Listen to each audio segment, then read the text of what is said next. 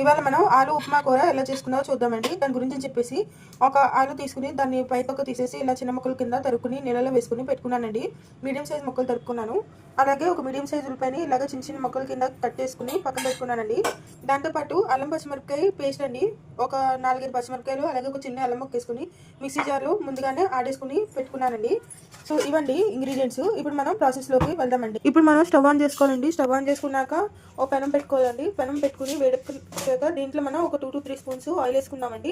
ఇప్పుడు ఏదైతే పోపు దినుసులు ఉన్నాయో ఈ పోపు దినుసులు కూడా దీంట్లో వేసేసుకుందామండి. ఒక హాఫ్ స్పూన్ శనగపప్పు, హాఫ్ స్పూన్ మినపప్పు, ఒక హాఫ్ స్పూన్ ఆవాలు, ఒక హాఫ్ స్పూన్ జీలకర్ర, ఒక కొంచెం 2-3 చిటికలు ఇంగువండి దినుసులు ఇందులో వేసుకోవాలండి. ఇప్పుడు మనం దీన్ని కొంచెం గోల్డెన్ బ్రౌన్ కలర్ వచ్చేంత వరకు వేయించుకుందామండి. అలాగే దీంట్లో మనం కొంచెం కరివేపాకు, అలాగే ఏదైతే అల్లం పచ్చిమిరపకాయ పేస్ట్ చేసుకున్నామో అది కూడా దీంట్లో వేసేసుకుని ఒకసారి కలిపేసుకుందామండి. ఒకసారి ఇలాగా వేసేసుకుందామండి. ఆ తర్వాత దీంట్లో మనం సన్నగా తరుక్కున్న ఉల్లిపాయ ముక్కలు వేసుకుని, అలాగే ఏదైతే బంగాళదుంప ముక్కలు తరుక్కున్నామో అవి కూడా దీంట్లో వేసేసుకుందామండి. వేసేసుకుని ఒకసారి కలిపేసుకుని దాన్ని మగ్గ పెట్టుకుందామండి. ఇక స్మెల్ అయితే చాలా బాగా వస్తుందండి. మీరు తప్పకుండా ఈ రెసిపీని ఇంట్లో ట్రై చేసి ఎలా ఉంది ఏంటి అనేది మాకు కామెంట్ సెక్షన్లో పెట్టండి.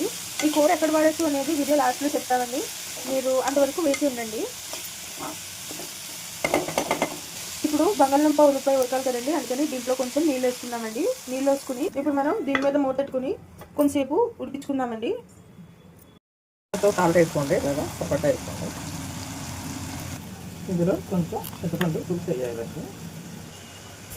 ఇవ్వండి కొంచెం చింతపండు పులుసు అలాగే ఒకసారి దీన్ని ఇలా కలిపేసుకొని మళ్ళీ మూపెట్టుకోండి. మెత్తగా ఉడికిపోతే అయిపోయిందండి. కొంచెం బియ్య పిండి కానీ గోధుమ పిండి కానీ వేసుకోవాలి. ఓకేనండి కూడా ఇవ్వండి. ఇందులో ఇలాగా కొంచెం బియ్య పిండి వేసేసుకొని కలిపేసుకోవాలండి. ఇలాగా కొంచెమే కలిపేసుకుంటే కొంచెం ముద్దగా అయిపోతుంది.